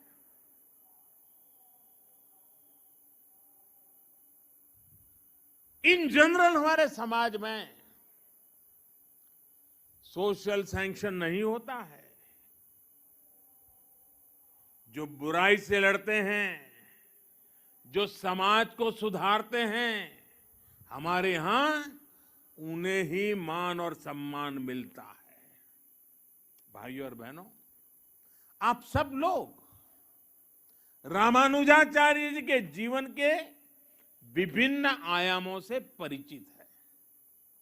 वो समाज को सही दिशा देने के लिए अध्यात्म के संदेशों का भी प्रयोग करते थे और व्यावहारिक जीवन का भी। जाति के नाम पर जिनके साथ भेदभाव होता था, रामानुजाचार्य जी ने उन्हें नाम दिया थिरुकुलधार, यानी लक्ष्मी जी के कुल में जन्म लेने वाला श्रीकुल या देवीय जन। वो स्नान करके आते समय अपने शिष्य धनुर्दास के कंधे पर हाथ रखकर आते थे। ऐसा करके रामानुजाचार्य जी छुआछूत की बुराई को मिटाने का संकेत देते थे। यही वजह थी कि बाबा साहब आंबेडकर जैसे समानता के आधुनिक नायक भी रामानुजाचार्य जी की भरपूर प्रशंसा करते थे और समाज को भी कहते थे कि अगर सीखना है तो रामानुजाचार्य जी की शिक्षा से सीखो। और इसलिए आज रामानुजाचार्य जी की विशाल मूर्ति स्टैच्यू ऑफ इक्वालिटी इसके रूप में समानता का संदेश दे रही है। इसी संदेश को लेकर आज देश सबका साथ, सबका विकास, सबका विश्वास और सबका प्रयास के मंत्र के साथ अपने नए भविष्य की नींव रख रहा है।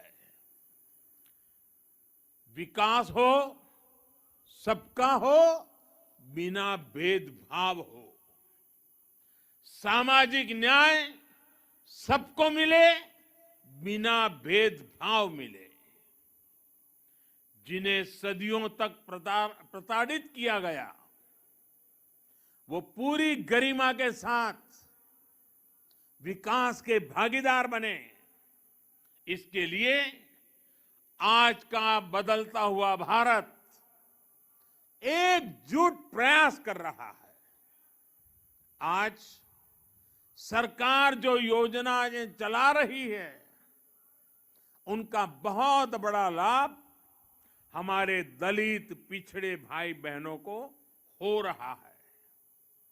चाहे पक्के घर देना हो या फिर उज्ज्वला का मुफ्त कनेक्शन, गैस कनेक्शन, चाहे 5 लाख रुपए तक मुफ्त इलाज की सुविधा हो या फिर बिजली का मुफ्त कनेक्शन, चाहे जनधन बैंक खाते खोलना हो या फिर स्वच्छ भारत अभियान के तहत करोड़ों शौचालयों का निर्माण करना हो।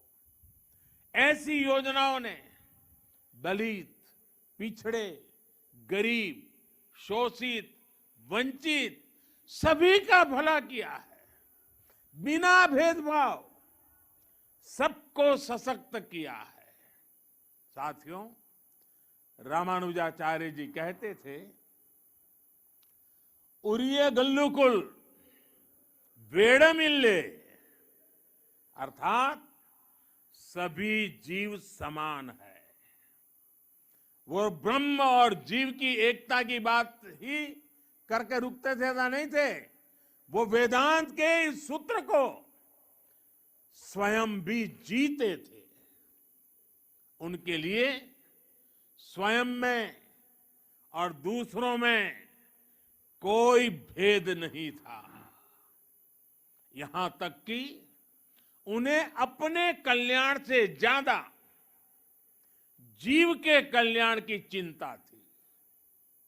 उनके गुरु ने कितने ही प्रयासों के बाद जब उन्हें ज्ञान दिया तो उसे गुप्त रखने के लिए कहा, क्योंकि वो गुरु मंत्र उनके कल्याण का मंत्र था।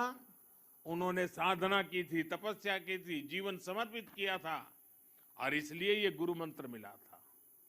लेकिन रामानुजाचार्य जी की सोच अलग थी। रामानुजाचार्य जी ने कहा, पतिश्चे एक एवाहम, पतिश्चे एक एवाहम, नरके गुरु पातकात्, सर्वे गच्छन्तु भवताम कृपया परमम पदम। यानी मैं अकेला नरक जाऊं तो भी कोई बात नहीं, लेकिन बाकी सबका कल्याण होना चाहिए।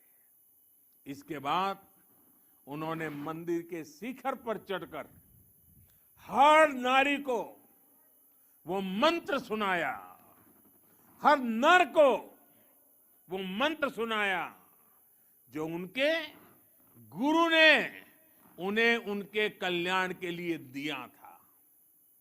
समानता का ऐसा अमृत रामानुजाचार्य जी जैसा कोई महापुरुष ही निकाल सकता था, जिसने वेद वेदांत का वास्तविक दर्शन किया हो।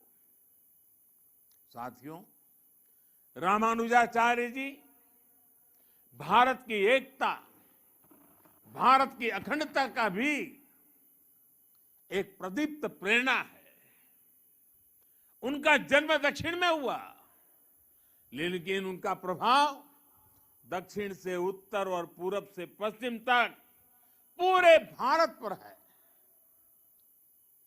अन्नामाचार्य जी ने तेलुगु में उनकी प्रशंसा की है। कनकदास जी ने कन्नड़ भाषा में रामानुजाचार्य जी की महिमा गाई है।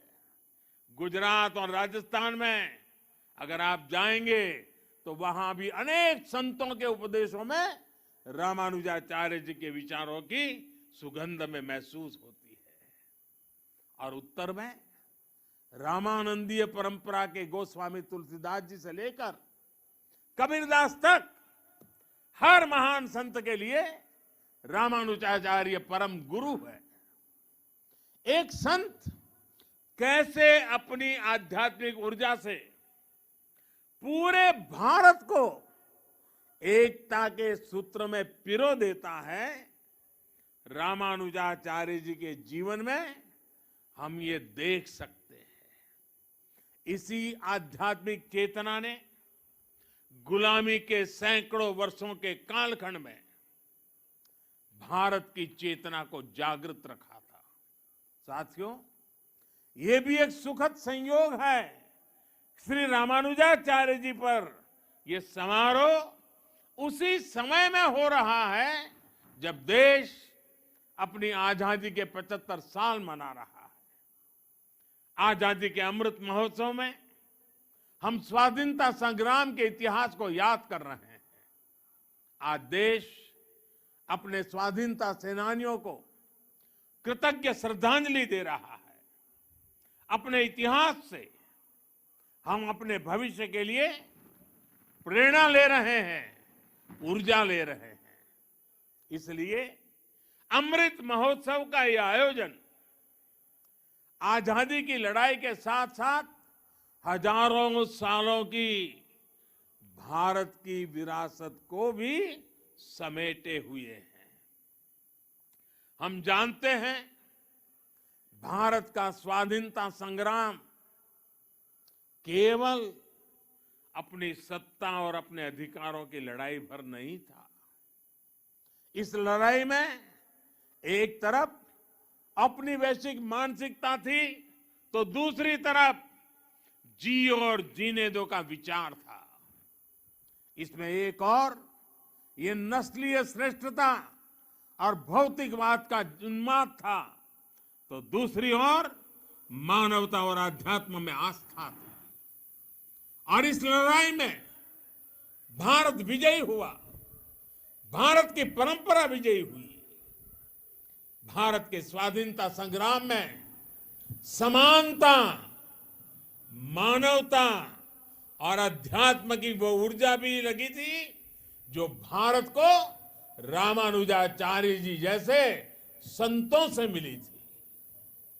क्या हम गांधी जी के बिना अपने स्वाधीनता संग्राम की कल्पना कर सकते हैं? और क्या हम अहिंसा और सत्य जैसे आदर्शों के बिना गांधी जी की कल्पना कर सकते हैं? आज भी गांधी जी का नाम आते ही वैष्णवजन तो तेने रे कहिए, ये धुन हमारे अंतर मन में बजने लगती है। इसके रचयिता नरसिंह मेहता जी रामानुजाचार्य जी की भक्ति परंपरा के ही महान संत थे। इसलिए हमारी आजादी की लड़ाई को जिस तरह हमारी आध्यात्मिक चेतना ऊर्जा दे रही थी, वही ऊर्जा आजादी के 75 साल में हमारे अमृत संकल्पों को भी मिलनी चाहिए। और आज जब मैं भाग्यनगर में हूं, हैदराबाद में हूं, तो सरदार पटेल जी का विशेष उल्लेख जरूर करूंगा। वैसे किशन रेड्डी जी ने अपने वक्तव्य में बड़ा विस्तार से उसके लिए कहा। भाग्यनगर का कौन ऐसा भाग्यशाली होगा, कौन ऐसा हैदराबादी होगा जो सरदार पटेल की दीर्घ दृष्टि, सरदार पटेल का सामर्थ्य और हैदराबाद के आन बान शान के लिए सरदार साहब की कूटनीति को न जानता हो। आज देश में एक और सरदार साहब की स्टैच्यू ऑफ यूनिटी, एकता की शपथ दोहरा रही है, तो रामानुजाचार्य जी की स्टैच्यू ऑफ इक्वालिटी समानता का संदेश दे रही है। यही एक राष्ट्र के रूप में भारत की चिर पुरातन विशेषता है। हमारी एकता सत्ता या शक्ति की बुनियाद पर नहीं खड़ी होती। हमारी एकता समानता और समादर इस सूत्र से सृजित होती है। और साथियों, आज जब मैं तेलंगाना में हूं तो इस बात का जिक्र भी जरूर करूंगा कि कैसे तेलुगु कल्चर ने भारत की विविधता को सशक्त किया है। तेलुगु कल्चर की जड़ों का विस्तार सदियों में फैला हुआ है। अनेक महान राजा रानियां इसके ध्वजवाहक रहे हैं। सातवाहन हो, काकातिया हो या विजयनगर साम्राज्य, सभी ने तेलुगु संस्कृति की पताका को बुलंद किया। महान कवियों ने तेलुगु संस्कृति को समृद्ध किया है। पिछले वर्ष ही तेलंगाना में स्थित 13वीं शताब्दी के काकातिया रुद्रेश्वर रामाप्पा मंदिर को यूनेस्को विश्व धरोहर स्थल घोषित किया गया है। वर्ल्ड टूरिज्म ऑर्गेनाइजेशन ने पोचमपल्ली को भी भारत के सबसे बेहतरीन टूरिज्म विलेज का दर्जा दिया है। पोचमपल्ली की महिलाओं का हुनर पोचमपल्ली साड़ियां के रूप में विश्व विख्यात है। ये वो संस्कृति है जिसने हमें हमेशा सद्भाव, भाईचारा और नारी शक्ति का सम्मान करना सिखाया है। तेलुगु संस्कृति की इस गौरवशाली परंपरा को आज तेलुगु फिल्म इंडस्ट्री भी पूरे आन बान शान से आगे बढ़ा रही है। तेलुगु सिनेमा का दायरा सिर्फ उतना ही नहीं है जहां तेलुगु बोली जाती है, इसका विस्तार पूरे विश्व में है। सिल्वर स्क्रीन से लेकर ओटीटी प्लेटफॉर्म्स तक इस क्रिएटिविटी की चर्चा छाई हुई है। भारत के बाहर भी खूब प्रशंसा हो रही है। तेलुगु भाषी लोगों का अपनी कला और अपनी संस्कृति के प्रति ये समर्पण सभी के लिए प्रेरणा समान है।